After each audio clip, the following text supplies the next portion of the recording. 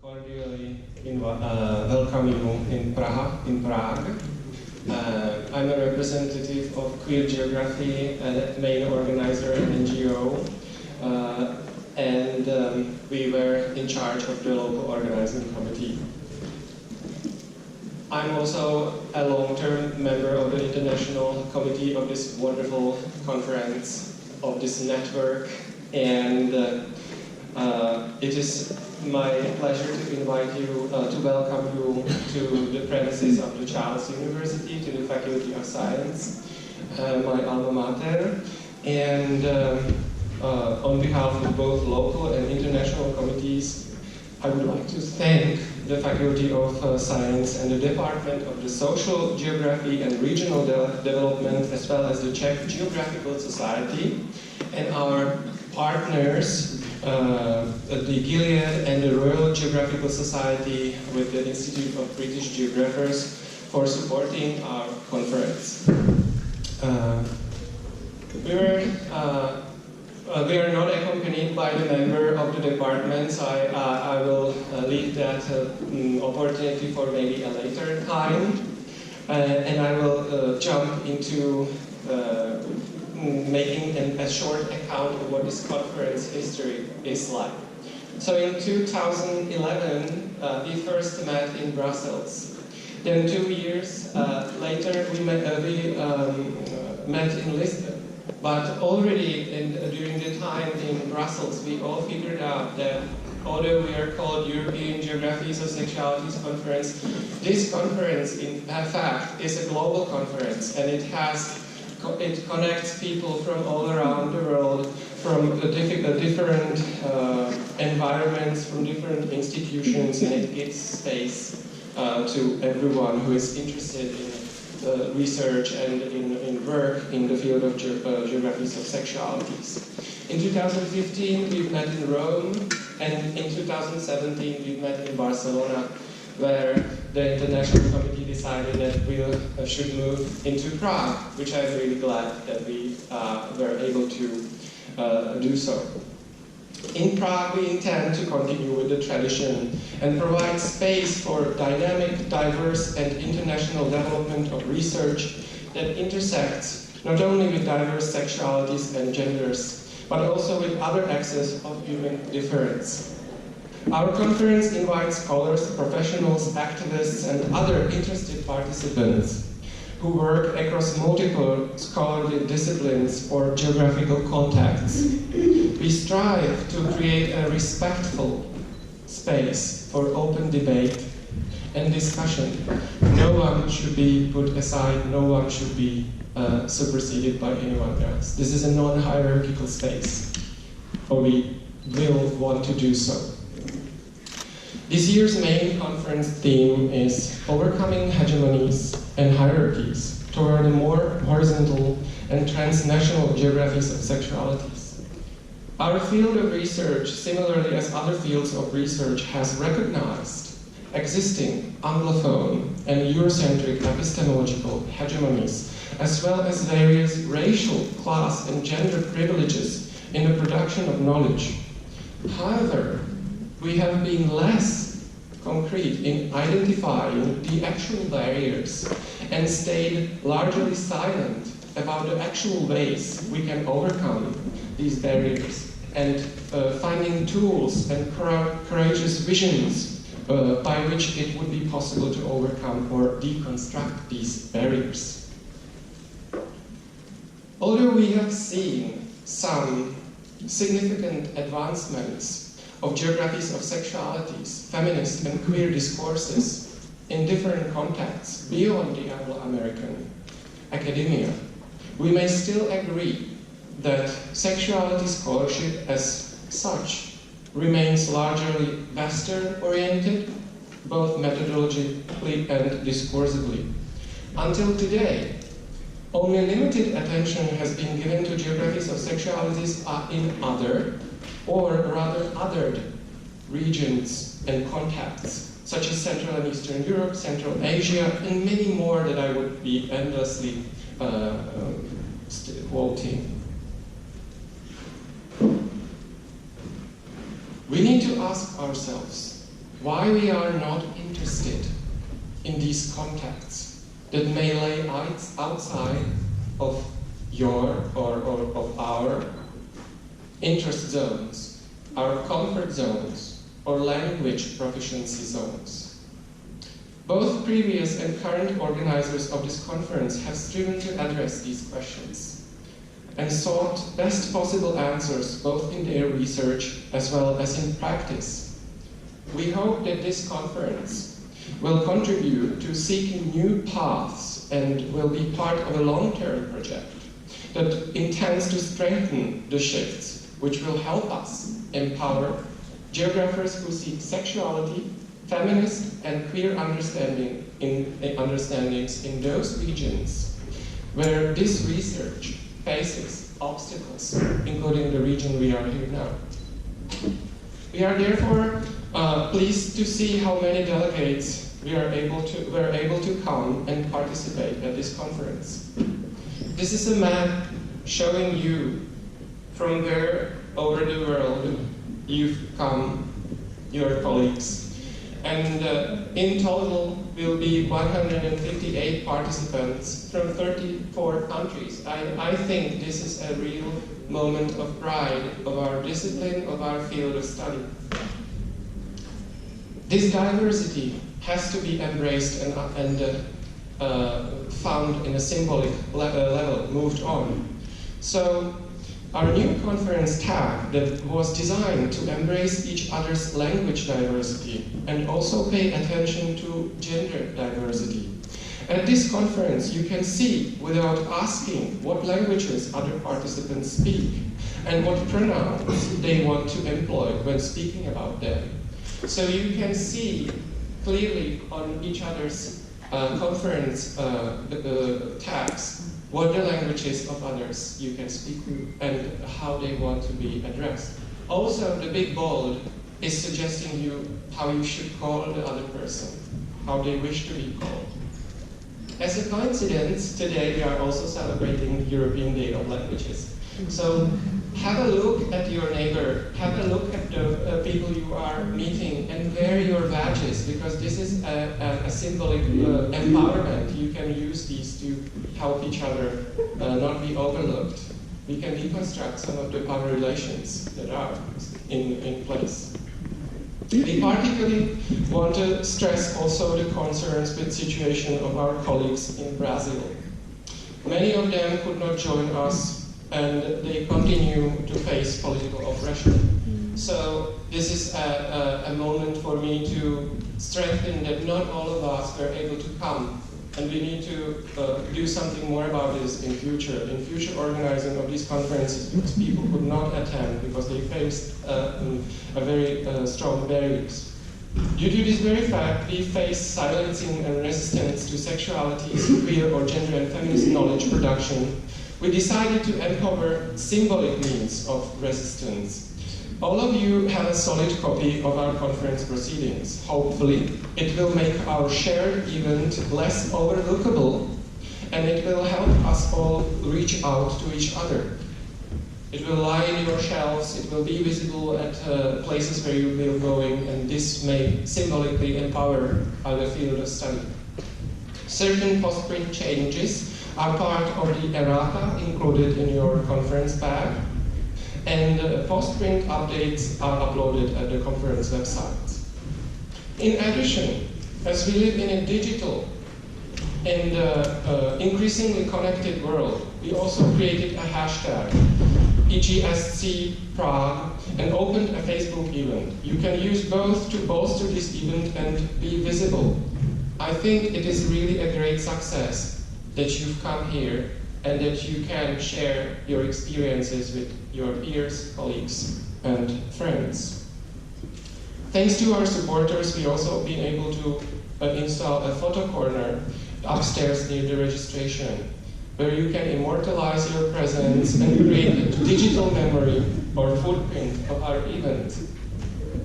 We are convinced that these symbolic efforts can, if shared collectively, fracture some of the barriers and may help clear out some of the obstacles.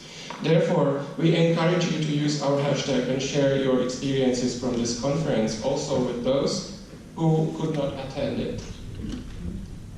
We also have a conference photographer. Those of you who do not wish to be photographed can always sit upstairs at the gallery, and during the parallel session can suggest that they don't want to be photographed to the photographer directly, because we understand not everyone wants to be photographed.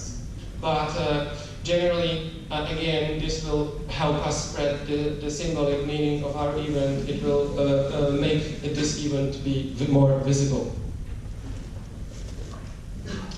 So let's do some organizational issues.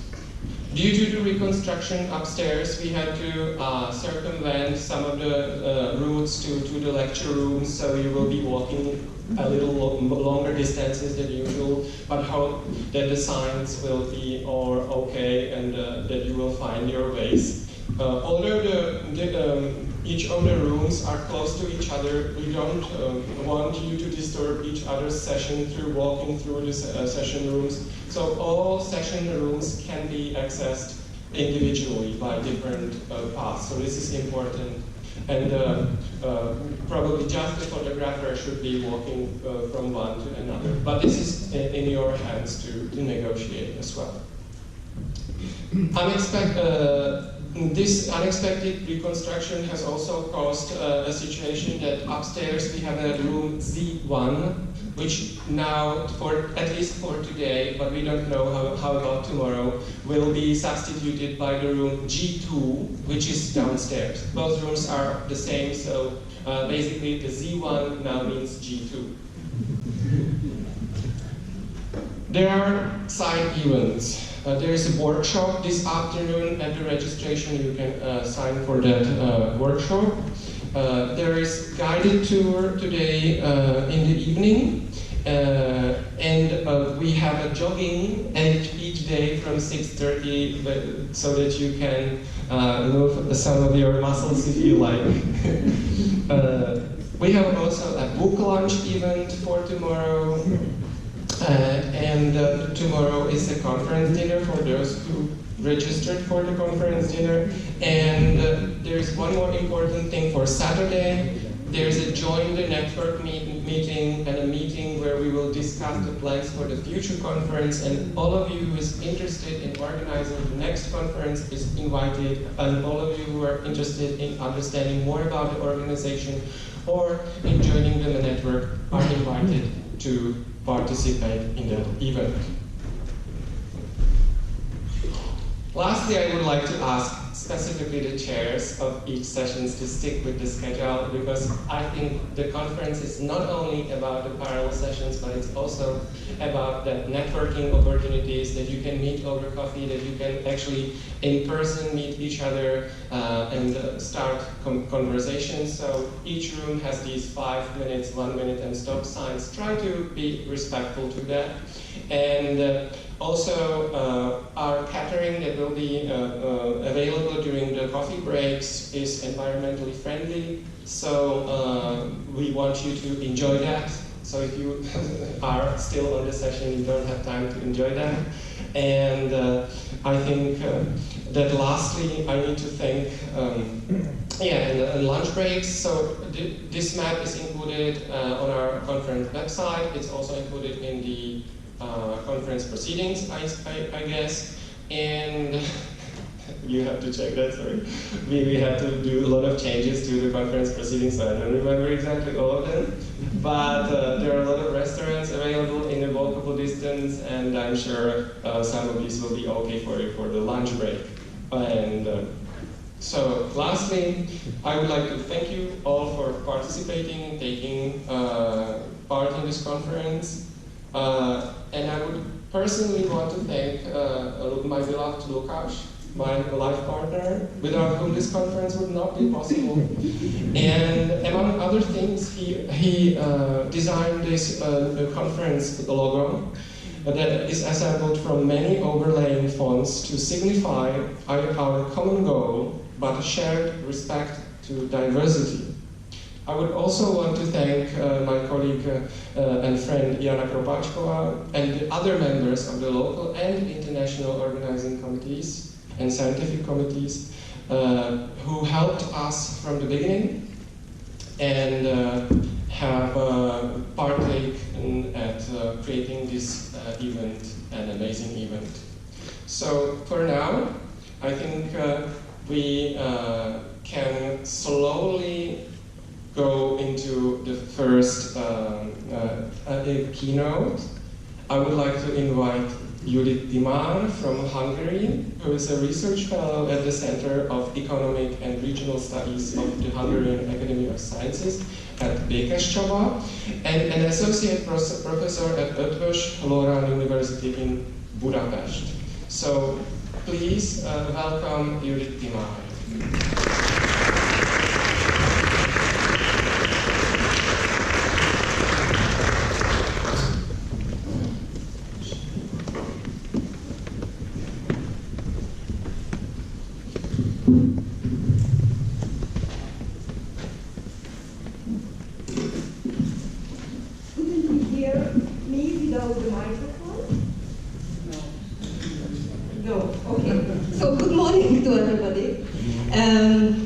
Let me start with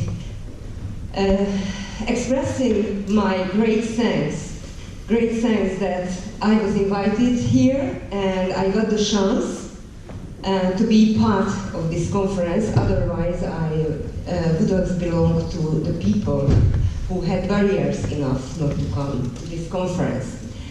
I think this is a great moment because, as far as I know, it is probably the third international conference related to geography and gender, feminism in East Central Europe, and surely the first one about geographies of sexualities in this region. And let me say also that I feel double kind of being happy, because I lost my way several times in my life as a geographer, but never in a way like now, because I went to another building, the nearby building, where there is another conference, and my stick was put on the presentation on the computer, and suddenly I recognized that I am in the wrong place. So I am really sorry that I couldn't see the faces when I had started a presentation with a title like this. So I had some other shocking moments related to this kind of conferences. I tried to, when I started to prepare my presentation for today, I tried to remember which was my first meeting with sexuality studies, partly related to geography. And it happened in 1996, near to the political changes in Central and Eastern Europe, when I think it was the first international seminar on women and men in East European transition. It was in Cluj-Napoca, Romania, and we could hear two very interesting presentations about homophobia in Romania, especially that time, presented by Western geographers, not geographers, sociologists, not Romanian ones. And journalists came to the conference, and we were really shocked next day when in a local newspaper there was news with the title homosexual homosexual scholars arrived at Cluj-Napoca.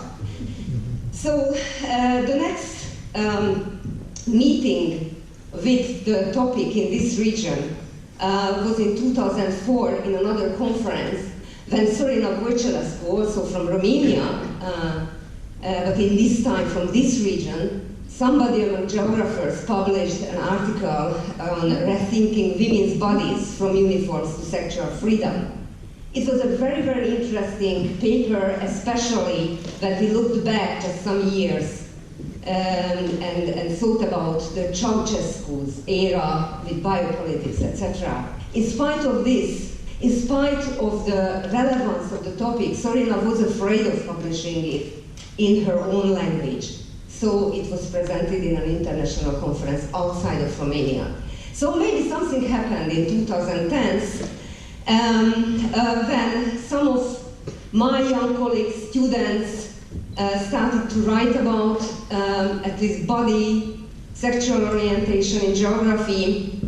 And here, our main organizer, Mihai and Klingrova published direct articles about the topic. So this is my personal looking back to the history and meeting with these issues. But I have to summarize, probably it's clear after this very short personal history, that the development of gender, feminist geography, and especially geography of sexualities is really related in Central and Eastern Europe and slowly developing.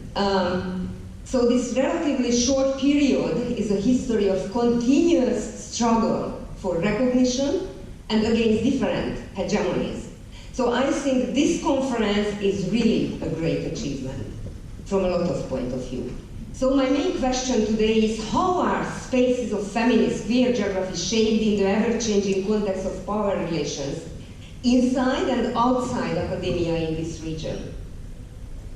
Concerning theoretical background, because I'm a geographer and especially interested in space, place, environment, scale, I would like to rely mainly on Doreen Massey's concepts on space, which is a relational conception of space, and for me it's very interesting or very important that she criticized other former concepts from a feminist point of view, criticized the dichotomical way of thinking on space and time and space and politics. And I found a special direct connection to Julia Rose's conception of space, the paradoxical space, as a means of fighting masculinist exclusionary discourses. So this conception of space assumed the positive nature of otherness, and this kind of space where feminist geographers were both within and against this discipline. And this claim is very important for me today to structure my presentation. In spite of the fact that I agree with this conception, my argument is that this paradox identified on the basis of Anglo-American experience cannot fully describe the social context of feminist geography evolving in former socialist countries. So nor can it describe the ever-changing context of the within and against what I try to concentrate on. So trends and developments in external and internal hegemony have specific characteristics in this region. So sometimes I feel myself as Paulus Atene, fighting inside the big building of academia and the discipline of geography, and especially now in this period outside with the political power, the national politics, especially the government today has the power in Hungary. So I am sure that a lot of scales are very important in these kind of struggles. Our personal everyday experiences, our lived spaces, where we really struggle with bosses or leaders of our disciplines, etc. But also important from a regional point of view, we are here and I try to concentrate on the Central and Eastern Europe. And I try to show some similarities, especially because, like Doreen Massey, I think that space and time cannot separate it, and we really have to understand our past in this region, especially the common past of the socialism, to understand what's going on today. But I would like to concentrate now on the national scale, because I think these kind of national politics, in my case, in my context, in Hungary, the political power, national political power, means the most important scale of the struggles I would like to speak about. So as I mentioned, I would like to present you a kind of very, very short history of gender, feminist, queer studies. I can hardly speak about the last one in a Hungarian case, in Hungary, but I just would like to use it as a kind of case study to show our barriers, as Michal said in the introduction. And it's also important that we have not a homogeneous space and homogeneous time. There are different eras can be distinguished, even in the history of a discipline or approach on a national scale. So I would like to summarize very briefly, especially for those of you who are far from here and not familiar with socialist period, in spite of the fact that there was no feminist and queer geography at that time, and the post-socialist transition after 1990 and the recent times, the re-centralized authoritarian state period. And would like to finish with some lessons and challenges. So let's start with the first period, which was the state socialist period. I tried to use kind of main slogans. These are not mine, but set to us by different representatives of different level hegemonies. So gender doesn't exist. Why am I saying this? First, we cannot homogenize even the socialist period, and especially not homogenize in different countries in this region. Because the Stalinist era with Mátyás Rákosi, who was our Stalin in Hungary, was very different, a very hard dictatorship comparing to later period. And it was not the case, for example, in Romania because of the Ceausescu's era and dictatorship, still the last moment of 1990 changes, or 1989 changes. So the most influential hegemony work at a regional scale was Sovietization of sciences, or some people speak about colonization from the East. And in that time, like on this poster, everybody were considered equal. At least that was the ideology, that was the aim we should have achieved. And if we were not good enough to achieve something, it was denied and disguised. So there was no any word about men, women, any gender or other type of differences, class, race, etc. So what could people do in this era? There was no possibility for resistance to producing spaces of resistance in this first period. So it was much rather a kind of adaptation of geography. With the help of structural transformation, like we introduced Soviet type of economic geography instead of human geography. Or if somebody didn't want to follow or employ vulgar Marxist approaches, she used value-free, politically neutral, positivist research. So the next sub-era during the fifth socialist period was from the 1960s to 1990 in Hungary.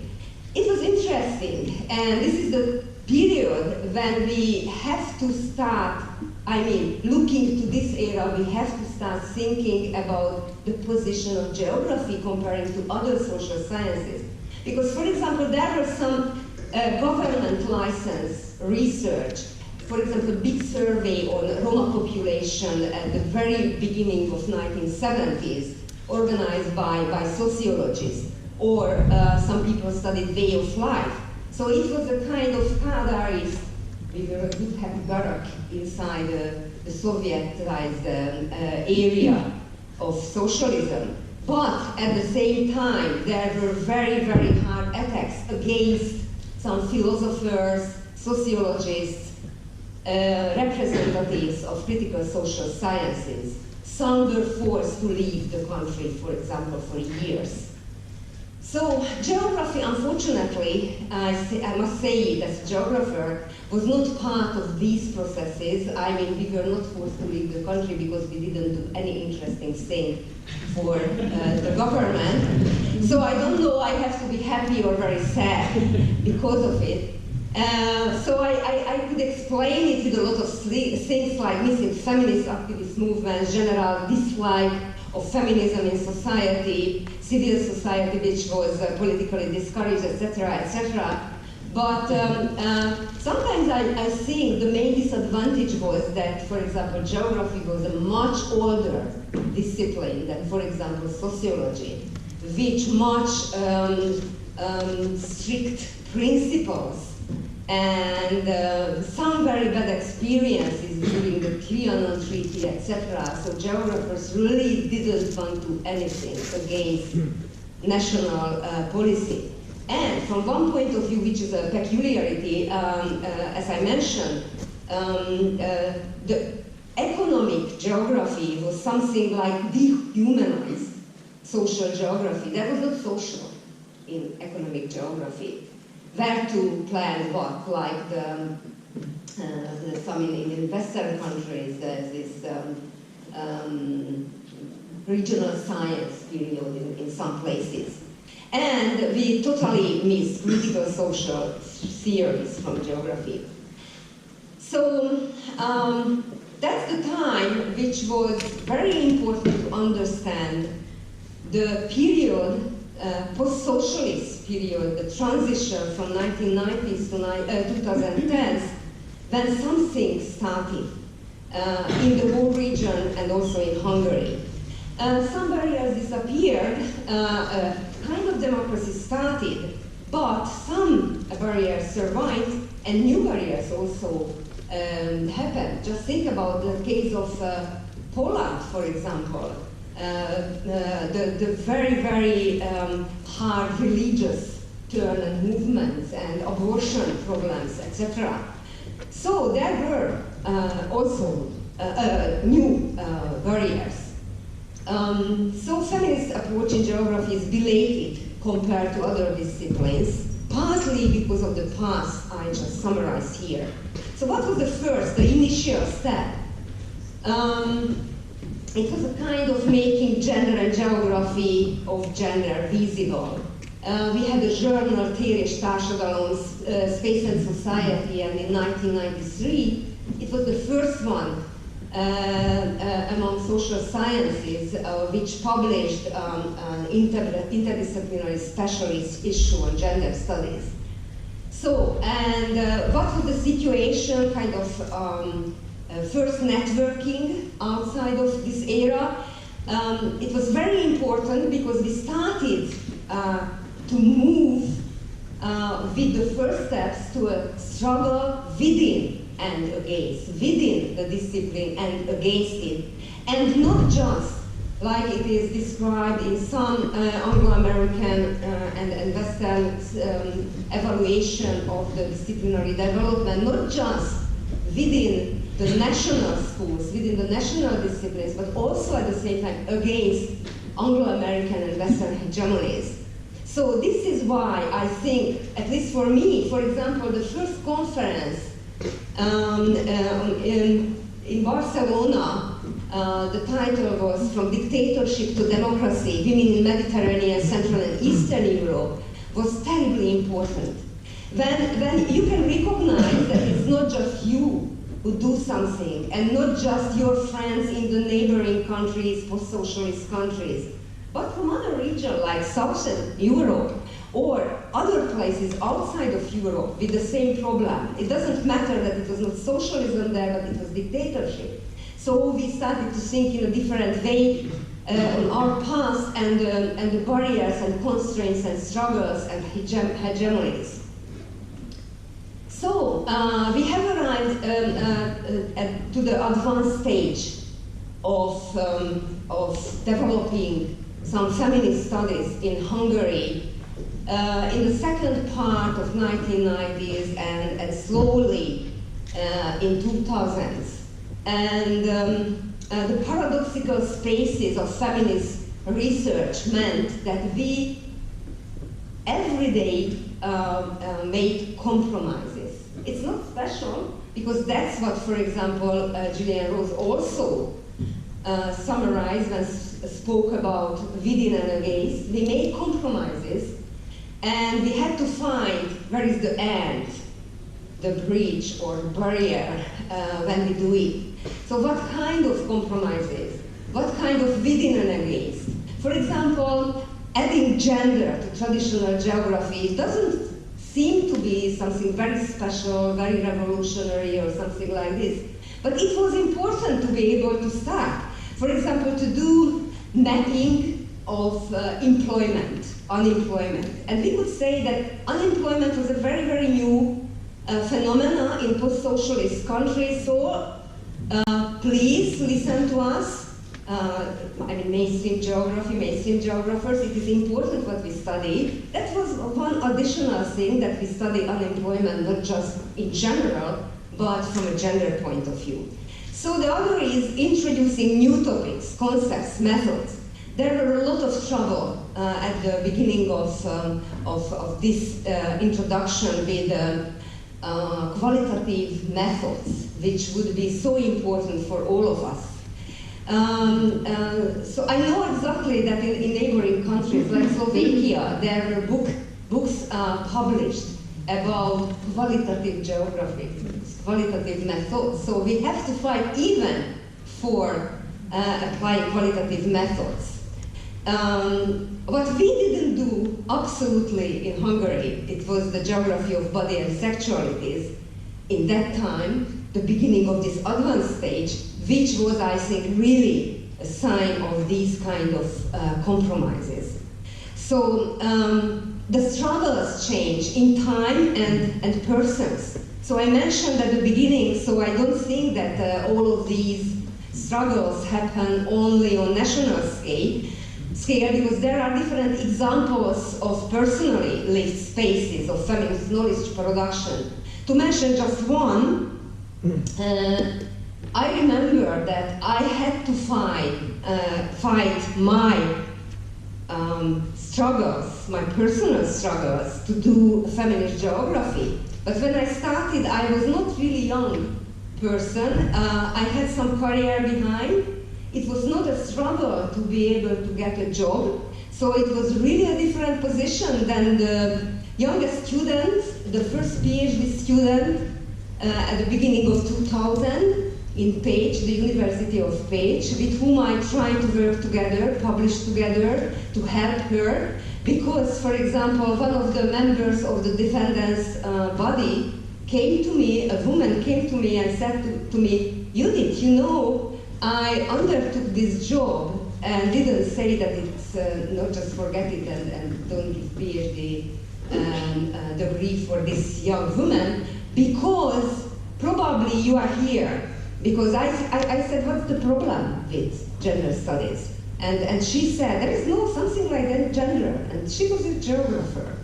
And I said, can you do, for example, population studies? Yes. Are there differences between ages and occupation? I said, yes.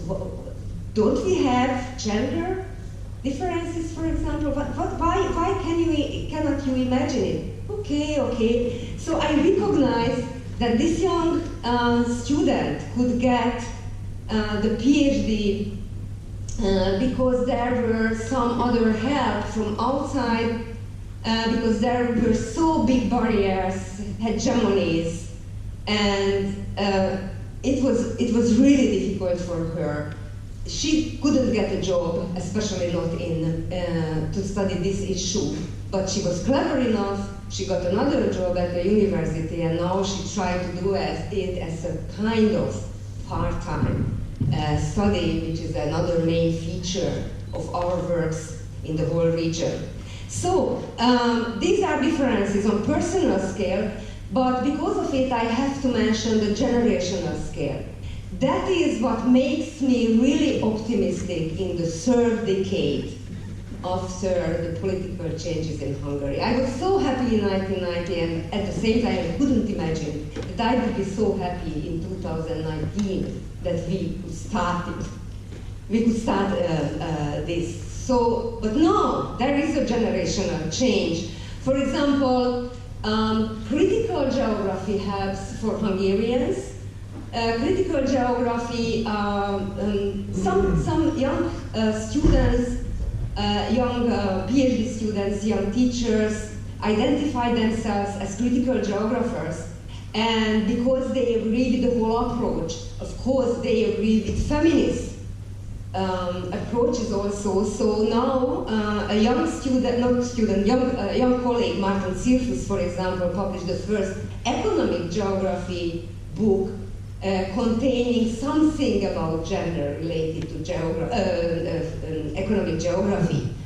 Or critical geography approach feminist research using series of tools of understanding here. For example, I am very happy that Miriam Shagi, my young colleague, is here in a conference like this. And I think, I don't know whether you will speak about it or not, Miriam, but this is another position now for youngest people, the second one who trying to do a PhD dissertation about feminist studies in Hungary or not. So again, what can help us? Alliances, solidarity. So there are different alliances between academics and civil society people. For example, I myself was part of feminist movements after the 1919 political changes. We organized a lot of studies together with activists, etc., and it was really helpful. And interdisciplinary, inside nation interdisciplinary networks like in the sociological society. And there are, of course, compromises again, because I remember there was nothing like this in geography, but I went to join sociologists to have fellows thinking similarly. And I remember that the first meeting when we decided to establish a special group inside the Hungarian Sociological Society, I remember that for more than an hour, the debate was about the name of this group. Whether we can be brave enough to use the word feminist, or just name as gender, or something like this. So I remember how important it was and how different thinking occurred, whether it's a compromise, giving up some principles or ideas or not, or we need it to survive, or need it to do more important works or not. So I think we have similar issues even now, just not about these kind of names, but some other similar issues. And there were international, very good alliances. For example, some European Union projects, but mainly because the members of leaders came from the regions, feminist geographers with whom we knew each other. The International Geographical Union conferences where we could exchange knowledge. That was my other favorite. I just recognized that there were two great conferences. I used the picture in Barcelona. This was the second one in 2006. It was about the geography and gender worldwide, contesting Anglo-American hegemony. And there were nice publications about it, because it was very important to be aware of our similarities and differences. And another one, which was most important in my personal story related to the whole approach, the International Geographical Union's first conference in the whole region about post-socialism, neoliberalism, all the new gender societies and policies. It was an international conference. People came from India and Canada and from other places too. And we found common issues to be studied or discussed between post-socialism and neoliberalism, for example. So it was in Szeged and Timisoara, so Hungary and Romania, also finishing with a publication. And not to forget the importance of political social theories, especially from the point of view now when I try to understand what's going on in our everyday academic life in Hungary. I think it's a main issue I will continue with it a little bit later, that people just don't understand that science doesn't mean political neutrality and politically free studies, probably because political means party politics in a lot of countries. So social theories, critical social theories can help us showing that, look at this, there are thousands of publications outside of our country or region where it is absolutely not natural that if you are a scientist, you must be politically neutral. Mm-hmm. So, we have arrived at the third, for me, most painful moment. From 2010, a re-centralized, authoritarian, in a lot of sense, anti-democratic situation started in Hungary.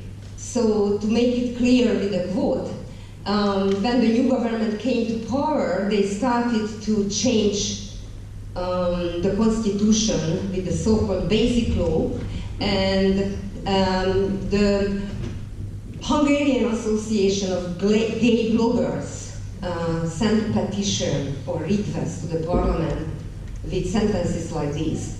We respectfully request that the committee preparing the constitution and, sorry for these old words, mothers and fathers of the homeland participating, they are the representatives of the parliament, participating in the constitutional work, define the concept of family and regulate the institution of marriage in such a way within the new constitutional law that it benefits all Hungarians who would like to place their lives in a stable community based on mutual love and respect. The Hungarian parliament didn't comply with the bloggers' request. Hungary's new basic law, the constitution, explicitly defines marriage and implicitly defines the family on a heteronormative basis. I don't know whether there is anybody from Italy, but maybe you heard our Prime Minister words 2-3 days ago when they said that marriage can be just based on just a partnership of a man and a woman. And he said it in Italy, in another country, trying to grasp their way of thinking. So you can imagine the situation in his own country. So, in spite of a lot of struggles, real struggles, direct struggles on the street, marches and protests, in 2018, the 25-year-long history of feminist studies has been completely broken by legislation proposed by the current government. The government banned master programs in gender studies in Hungary. So this was, for example, a march in front of or around the headquarters of the Hungarian Academy of Sciences, and the last day they tried, the students and people to part in this protest, try to show the history, which happened just during the past years. What happened? Every what is this? It's a paper shows an event. The last one was in that time, and this event, the ban of master programs. But for example, you can maybe, are some of you familiar with the Central European University in the middle in 2007, which had to finish his activity in Hungary in the former way and moved to Vienna.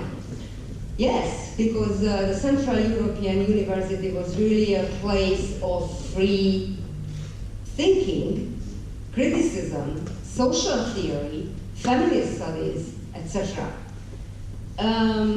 So that's the point when I try to show why I said that Gillian Rowe's conception of paradoxical space was based on Anglo-American experience, because we really moved out from the Vidinen gaze position in the context of the discipline. We had to move out to a national scale. And in this time, in this anti-democratic period, I'm sorry, of course it's just an analogy, but I think it occurred to me that it is something like a cursed space. We can apply this. I don't know whether you are familiar or no with this idea of modern physics, which argues that mass creates a gravitational field. It bends four-dimensional space-time, connecting three-dimensional space to the dimension of time. Glowing bands to pass the light, or to put it in another way, a massive body, object, actually curves the coordinate system itself. Thus a ball that once thrown returns to the thrower's hand at a later time. So using this analogy, I argue that the current Hungarian government has amassed such a huge amount of power, mass, that has enabled it to curve the space of feminist geographical knowledge.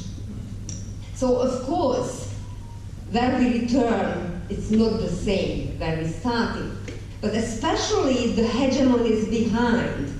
The hegemonies made us difficult to do our researches, and it's really resemble the socialist period.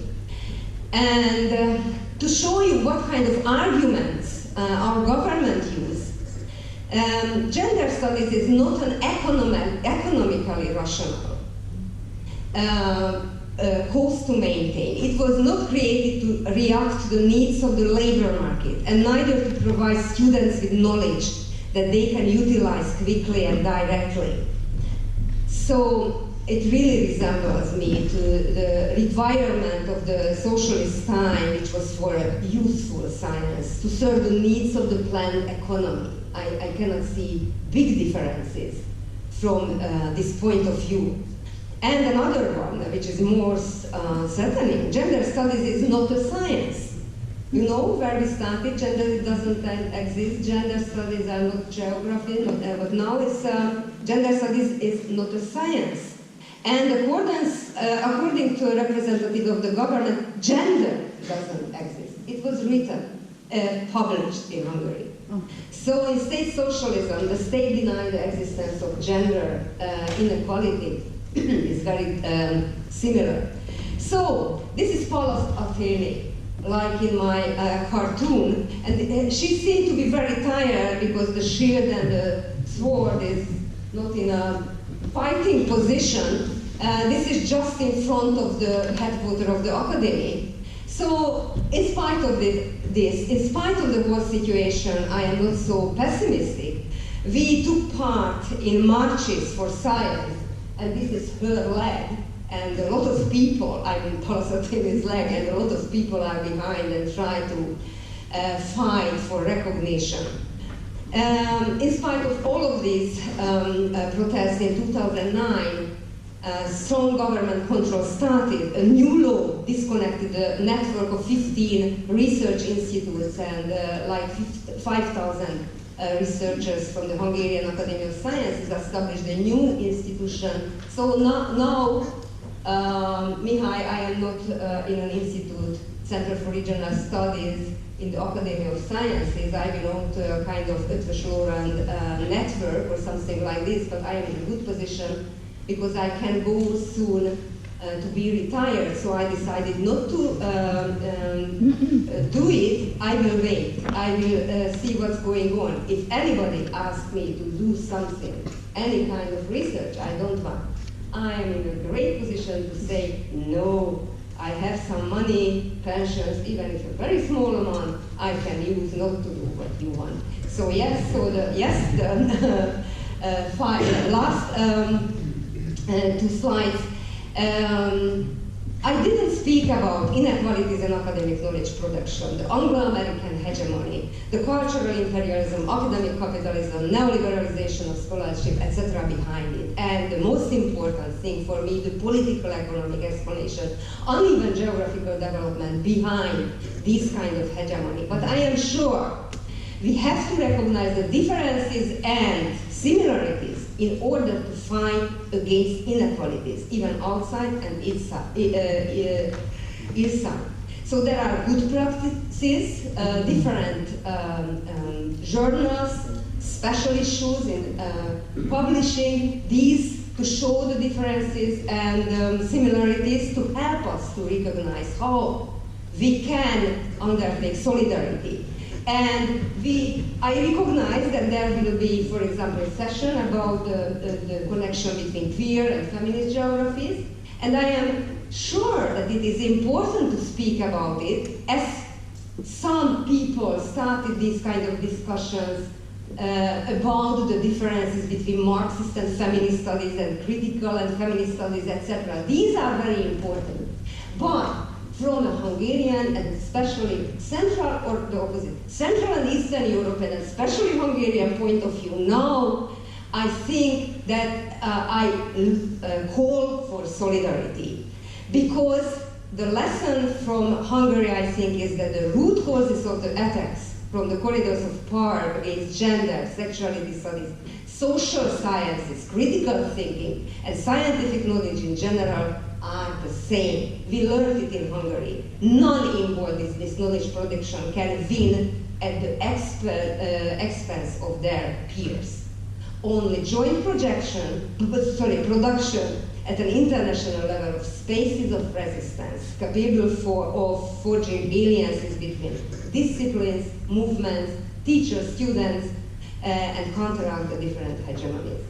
So I really hope that this conference is a tool for this kind of solidarity. And I would like to thank for your attention with some pictures of our protest. Thank you very much.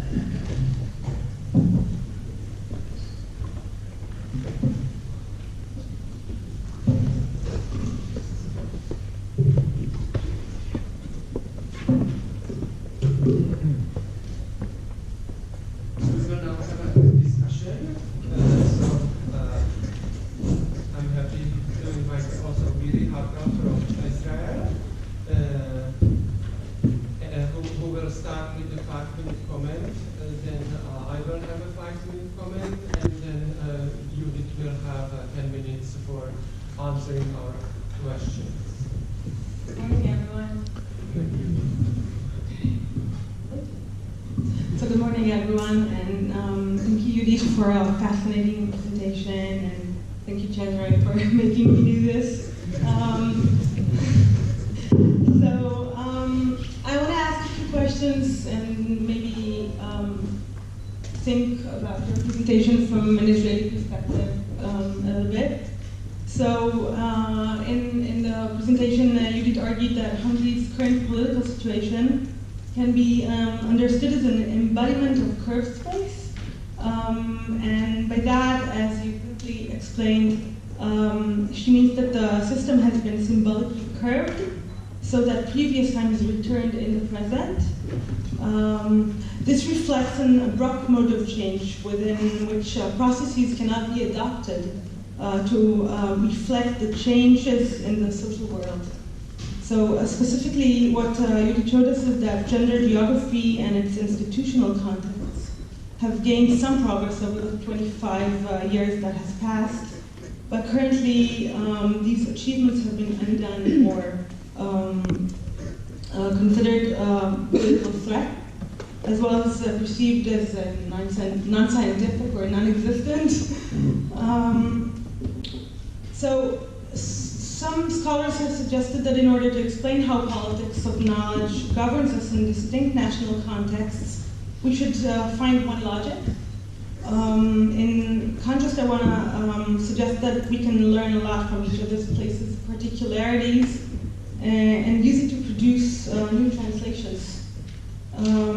So with this in mind, I'd like to offer a discussion of the 3 questions I have based on my experience.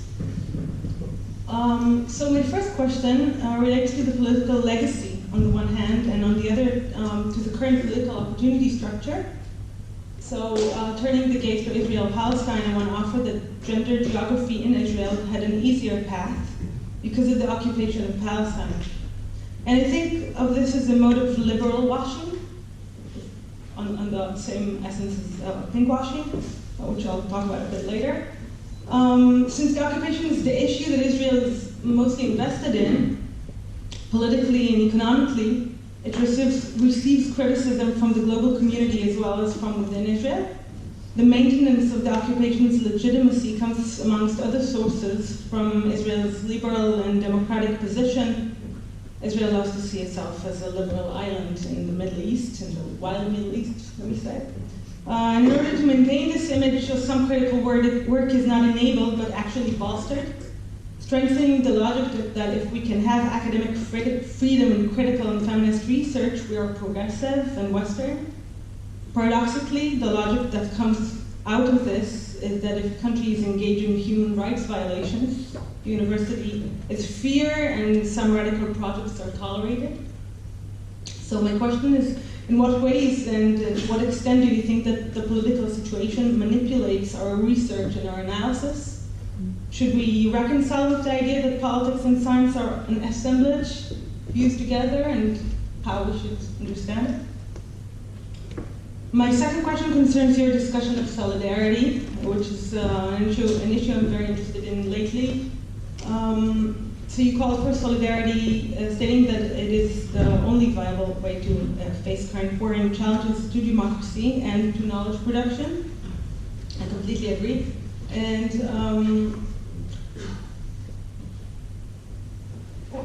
when you think that solidarity, I think solidarity is a very important tool, and that we, as academic communities, we need to work together and support each other, and I think you specified some very interesting ways to do that. But I wanted to ask you if you can maybe unpack a bit more your understanding of solidarity, and how do you understand it, and what practices we can use in order to unpack it. So to make the discussion concrete, my second question is, what do you think that Geographies of Sexualities as a community can do in order to be in solidarity and help feminist geographers and queer geographers that are in need, like in Hungary, institution-wise and research-wise? So personally, I have to say that your argument is, and especially its implications, is frightening. And I'm a faculty member at the Gender Studies program at Bar-Ilan University. And when I started looking for a job, I could not even imagine a scenario in which I'm looking for a job in the geography department. And get accepted, of course. So the Gender Studies program is a hub for feminist research. And in that I'm very, very lucky. But my program is in a religious university, a very conservative university. And this year is the 20th anniversary of the Gender Studies program. And during these 20 years, we've been on the edge of being shut down more than 5 times. We were bullied by the university, disrespected, mocked at. We were the first department to have budget cuts every time there are budget cuts in the university. And at times the faculty were not promoted due to their political opinions, or sometimes with no apparent reason at all. A few years ago, when students wanted to protest against the university, because the protest was because the university didn't allow for an on-campus pride event to take place. They were advised not to do so in a process that felt like an intimidation technique. So generally, the institution, it doesn't feel like an empowering or surrounding, and for a feminist and critical thought especially. So having said all that, not only that I, as a queer scholar, got a job, my department is the largest department in Israel doing feminist work, and time after time the university publicly takes pride in my work. So I can only read this once again as a mode of pinkwashing, And personally, this is a very ambivalent place for me to be at. And so what I understand from this is that in Israel, neoliberal forces are stronger than ideological forces, pushing the university to ratify feminist and queer work against its core and its beliefs. And maybe if this lasts long enough, the university will change, but I'm quite skeptic about that. So sometimes I still have to disguise myself and my work in order for it to get accepted. Say one thing in my research and another thing on a web page or in a conference, and sometimes walking on campus just feels like I have to disguise myself all the time. And this leads me to my third question. When I think of this through a feminist lens, I think that this mode of disguising myself is a known feminist practice, one in which women have been engaging for a very, very long time. So I wanted to ask you about the practices and the situation you described that pushes you to employ as a scholar. How do the specificity of your location and the identities shape your particular tactics? You talked about going on pension, but that's a path that I cannot imagine currently. So maybe you can elaborate on other practices that maybe we can actually use in our younger age. Thank you.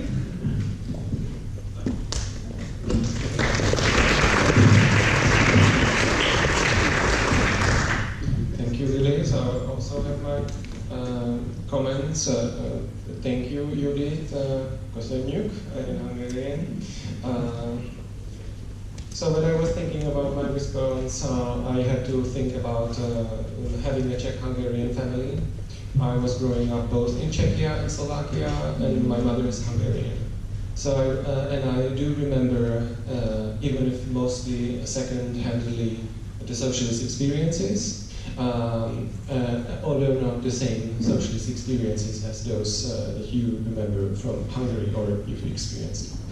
But these do resonate with those of my own, and I sought to connect them with my own research and efforts to understand the causes of the continuing othering and the lack of acceptance of feminist and queer geographical thought that pervades also Czech and Slovakian geography. Similarly, as in Hungary, the Czech geography started to open up shortly in the disintegration of previous undemocratic socialist regime. And I have described these developments with my colleague Kamila Klingorová in our recent paper that was also published as part of the same special issue in Gender, Place and Culture. So just to state some of those things that we've analyzed. The year 1993, or the beginning of the 90s, have also been a turning point. In this year, a collective of young male geographers published a progressive book nicknamed A Black Book, Černá kniha in Czech, in which they recognized, and to quote Petr Pavlínek, currently a professor at this department, that Anglo-American geographical thought had advanced substantially, and that feminism, ecological movements, and similar approaches that are part of postmodern turn are becoming driving forces of more sensitive approaches to human difference and space as such. This was 1993. So these initial ambitious voices that were voiced within the Black Book were repeatedly echoed in the following years. However, they remained largely unheard. Although ever introductory chapters of feminist geographies have been published here and then in Czech, these typically lacked translation into local practice and some of connection to some sort of continuous local research. In my analysis, I focused more closely on the actual power relations, or what would Silva and Kulpa call epistemic hegemonies, within whose power geometries feminist and queer approaches are even today being resisted as not geographical, as you've also mentioned, too interdisciplinary in my experiences, peripheral, soft, eclectic, relativistic, subjective, or simply out of place. leaving them superimposed with those hierarchies in which epistemologies and methods considered more appropriate, such as those regional, are distinguished based on judgments of local geographers, who I call arbiters of geographical thoughts. Similarly, as Judith identified the embodied power relations with various anti-feminist opinions and lacking interest and specific positionalities in researchers, when real change seemed to be facilitated only within the generational change, it would be my question whether we can assume, having been transited from the socialist during the post-socialist era at our institutions in the first place, whether we can even say that we've been through this transition here. To quote authors from a book on regional geography from 2011, they say, radical relativism and plurality, which are professed by postmodernism, to continue, attack the fundamental principles on which most of us were raised. The principle of truthfulness, objectivity, passion for cognition as vehicles for improving the living conditions. I don't know, living conditions of whom? So how can our work ever be more than a free time activity? This conference is a free time activity of a lot of people being in a local organizing committee. When it is still being disregarded by local arbiters of geographical thought, none of them are present now. How can we cure ourselves from this lingering post-socialist malady, symptomatic of empiricism, economic rationality, alleged political neutrality, lacking sensitivity to humanity? So that's kind of a broad question. But can we all attribute these problems to the influences of former or current political situation? In our analysis with my colleague, we identified that local geographers share several specific concerns, some uncertainties, which I would call disciplinary anxieties, resurfacing in various forms at various times. Some of them like this. Feeling of being an auxiliary discipline, that humanities or other fields of knowledge would further weaken the geography, so they need to protect it. Second, feeling of needing some disciplinary cement, of being part of some more homogeneous discipline, thus excluding that which does not convincingly reinforce the local arbiters' understanding of what that cement mixture is like. And then third, being doubly isolated, both from the other social and human sciences, as well as from those other research currents and methodologies and the discourses that were developed in the meanwhile abroad.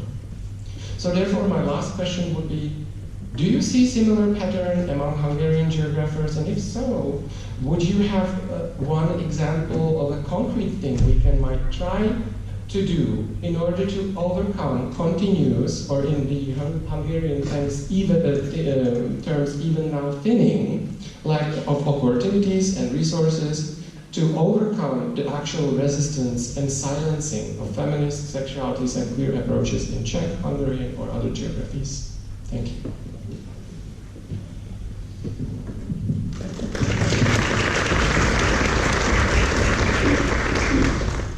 Oh, very interesting points and short time, and with my English it's not so easy to answer, but let's try.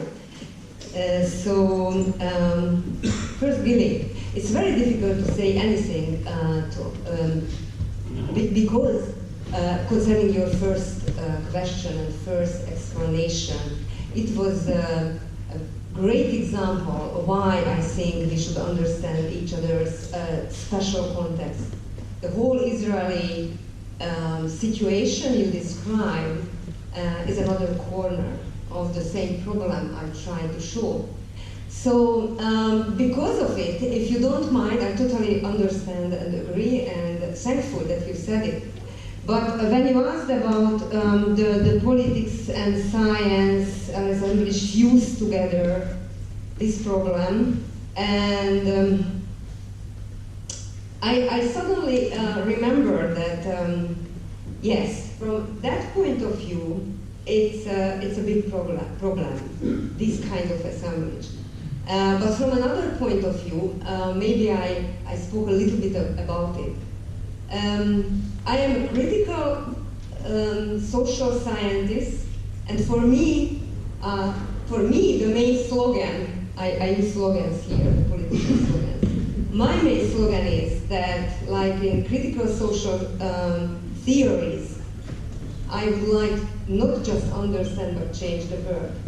And from this point of view, if I want to change the world, I have to change homophobia, exploitation, and disability, and racism, etc., etc.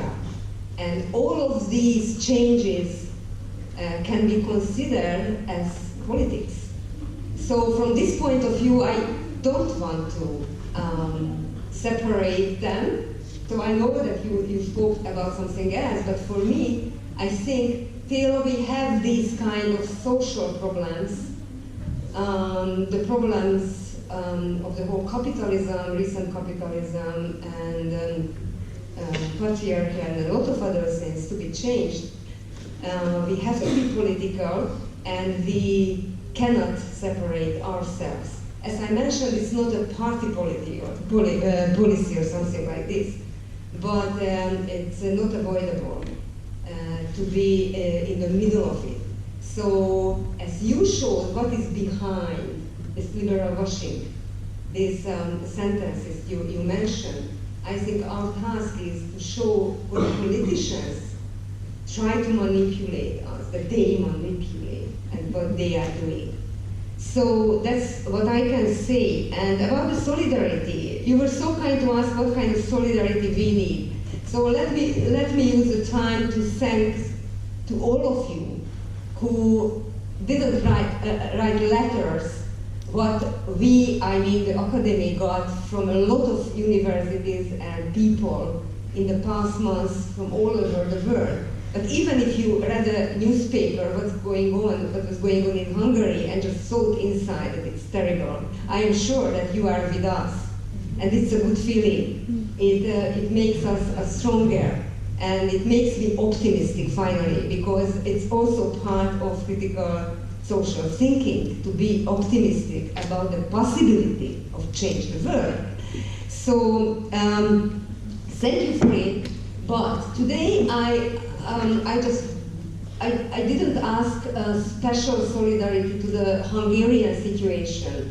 I tried to call for solidarity in general, because all of us who are sitting here, I'm sure, have everyday fights or struggles against a lot of type of hegemonies. And it doesn't matter on which scale we do it. If we do it, we can help each other. Even if you do it at the university, and in this moment I have to go in front of the parliament, it doesn't matter. The root causes are the same. So just not to be too general, because I asked very special practices, it occurred to me a very concrete example. It's on a personal level. I remember, as an old person waiting for the pension, I remember that the first time when I went to a conference, a gender conference in 1990, beginning of 1990s, to the United States, I just discovered feminist studies that time. I didn't hear anything about it in my country and in this region. And I was so happy that I could be among people from all over the world. It was organized by the International Geographical Union Gender and Geography Committee.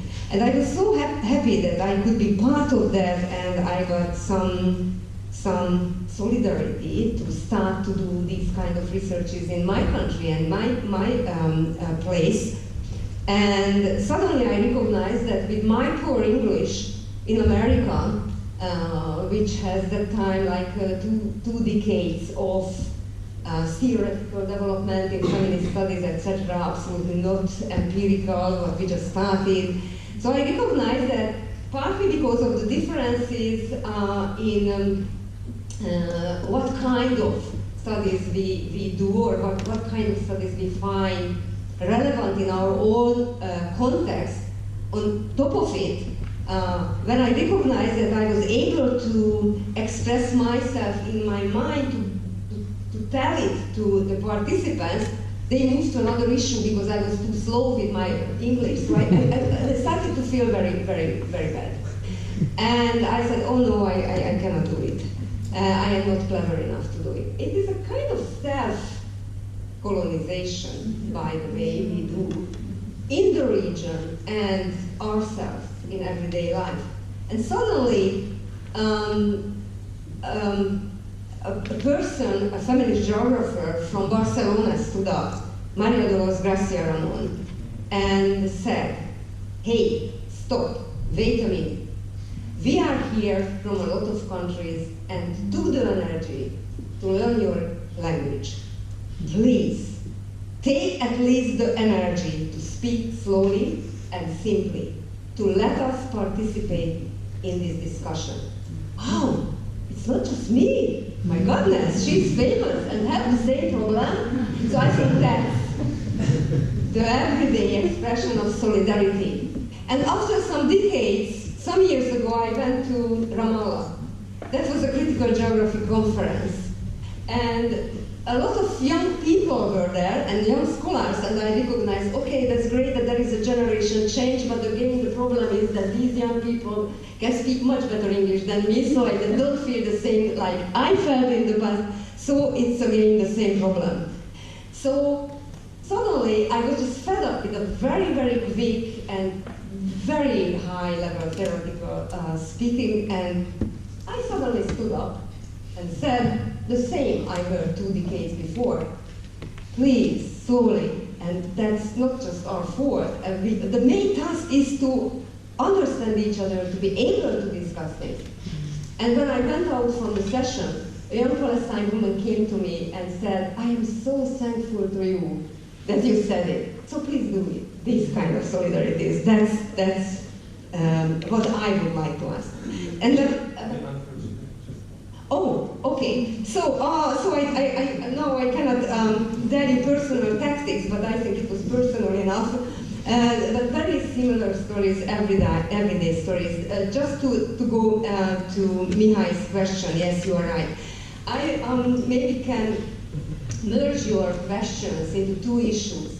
One is the nature of post-socialism, the post-socialist situation here, and the other is the tactics in a more institutional way. Concerning the post-socialist situation, to tell you the truth, in spite of the fact that I spoke about similarities in post-socialist countries, I think I agree with those people who think that it's over. Over in a sense that we have neoliberal capitalism also in our countries. Of course, it's very important that there are remains of the past influencing our present, but it's not post-socialism anymore. And it's the proof of your fantastic vote itself. And my question was exactly the same. Speaking by a mainstream regional geographer against modernists and postmodernists, and other studies which attack us when we want to fight for or help living conditions. Exactly what I asked, for whom? For whom? And it's very important because I think this quote could have been quoted from the 50s in another country, in America, etc. So I think it's not about socialism, post-socialism, it's much rather about positivist or critical feminist way of thinking, and all of us still have the same fights. And how to overcome, finally, the lack of possibilities, resources, etc. And we are free time. Yes, we are free time researchers from one point of view. I don't want to use the word mainstreaming because it's just like a European Union main slogan, but I have to recognize that I do something like that because when I have no resource I cannot get for my own interest or for a research I find really relevant, I try to find with my leaders. For example, when we had in the Institute a big project on the success of the cities, it was very neoliberal issue. And it was not done by me, it was not by money, but I was invited to take part in study suburbanization or gentrification or whatever. So every time I knocked the door, I said, please don't forget whose success is the success of the city, and to put our points about differences among us and social problems and social relations every time. So that's what we can do every day. Yes, thank you very much. Thank you.